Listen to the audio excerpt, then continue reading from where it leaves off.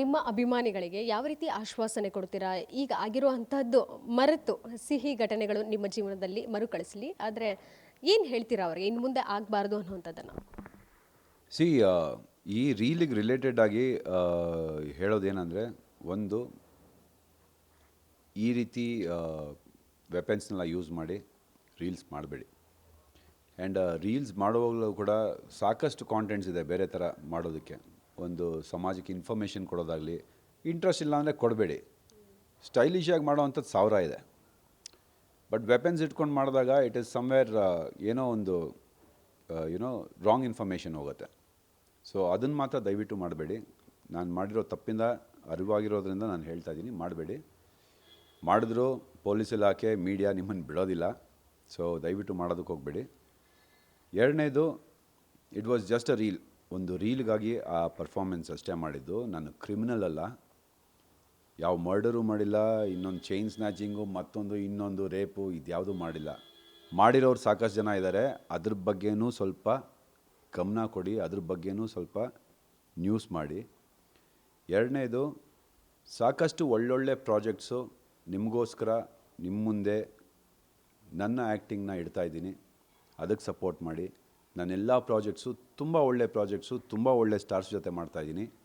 ಅದಕ್ಕೆ ಸಪೋರ್ಟ್ ಮಾಡಿ.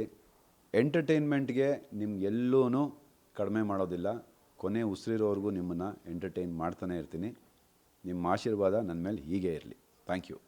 ಸೊ ಕಾಂಟ್ರವರ್ಸಿಯಿಂದ ದೂರ ಇರ್ತೀರಾ ಈ ವರ್ಷ? ಈ ವರ್ಷ ಅಲ್ಲ, ಲೈಫ್ನಲ್ಲೇ ನಾನು ಕಾಂಟ್ರವರ್ಸಿ ಮಾಡ್ಕೊಂಡವನಲ್ಲ.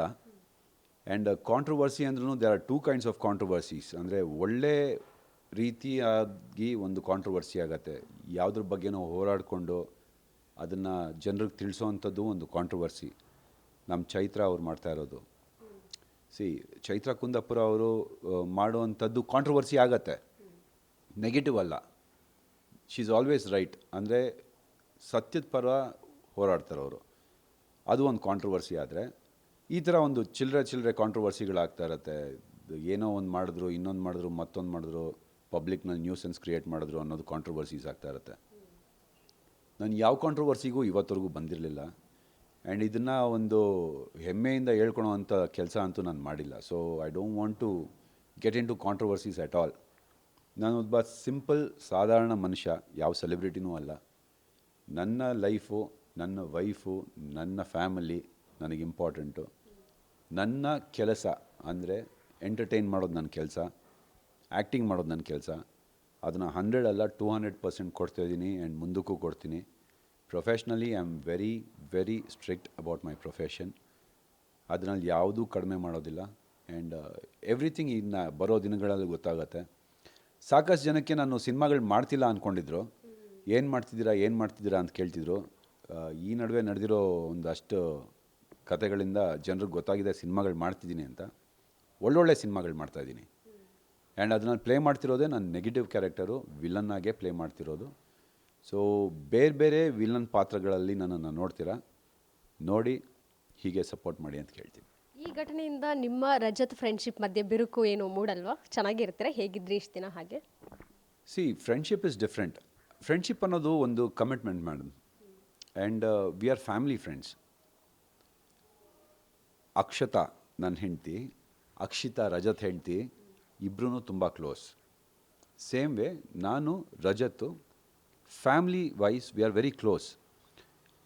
ಹಾಗಂತ ಇಲ್ಲೀಗಲ್ ಆಗಿ ನಾನು ಅವನಿಗೆ ಸಪೋರ್ಟ್ ಮಾಡ್ತೀನಿ ಅಥವಾ ಅವ್ನು ಮಾಡೋ ಚೇಷ್ಟೆಗಳಿಗೆಲ್ಲ ನಾನು ನಿಲ್ತೀನಿ ಅನ್ನೋದು ತಪ್ಪು. ಅದು ಅವನಿಗೂ ಅರಿವಾಗಿದೆ. ಅವನು ಇನ್ನು ಮುಂದಕ್ಕೆ ಯಾವುದು ಮಾಡಲ್ಲ ಅಂದ್ಕೊಂಡಿದ್ದೀನಿ. ಬಟ್ ಆ ಗ್ಯಾರಂಟಿ ನಾನು ತೊಗೊಳೋದಿಲ್ಲ. ನನಗೆ ಇಂಪಾರ್ಟೆಂಟ್ ಇರೋದು ನನ್ನ ಕರಿಯರು, ನನ್ನ family. I am responsible only for my life.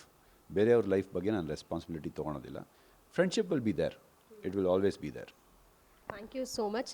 ಒಂದು ಕ್ಲಾರಿಫಿಕೇಷನ್ ಜೊತೆಗೆ ನೆಕ್ಸ್ಟ್ ಪ್ರಾಜೆಕ್ಟ್ಸ್ ಕೂಡ ಕನ್ಫರ್ಮೇಷನ್ ಕೊಟ್ರಿ, ಮಾಡ್ತಾ ಇದ್ದೀನಿ, ಏನೂ ಚೇಂಜಸ್ ಇಲ್ಲ ಅನ್ನುವಂಥದ್ದು. Thank you so much. ನಿಮ್ಮ ಹೊಸ ವರ್ಷ ನಿಜಕ್ಕೂ ಹೊಸ ಹುರುಪನ್ನು ತರಲಿ ನಿಮ್ಮ ಜೀವನಕ್ಕೆ. Thank you madam. And thank you so much ನಿಮಗೂ ಕೂಡ. ಯಾಕೆಂದರೆ ಒಂದು ಆಪರ್ಚುನಿಟಿ ಕೊಟ್ರಿ ಜನರ ಮುಂದೆ ಬಂದು ನನ್ನ ಪಾರ್ಟ್ ಆಫ್ ವ್ಯೂ, ನನ್ನ ಪಾಯಿಂಟ್ ಆಫ್ ವ್ಯೂ, ನನ್ನ ಕ್ಲಾರಿಟಿ ಜನರಿಗೆ ತಿಳಿಸ್ಬೇಕಾಗಿತ್ತು ನಾನು. And you have given that opportunity. And guaranteed ನ್ಯೂಸ್ಗೆ ತುಂಬ ಥ್ಯಾಂಕ್ಸ್ ಹೇಳ್ತೀನಿ ಫಾರ್ ದ್ಯಾಟ್. Thank you. ಹೀಗೆ ಬ್ಯುಸಿ ಆಗ್ತಾ ಇರಿ. Thank you.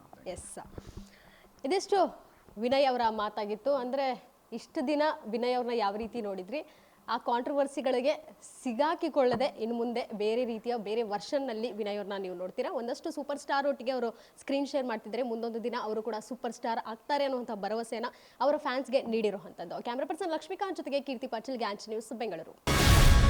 ಗ್ಯಾರಂಟಿ ನ್ಯೂಸ್, ಸುದ್ದಿ ಖಚಿತ, ನ್ಯಾಯ ನಿಶ್ಚಿತ.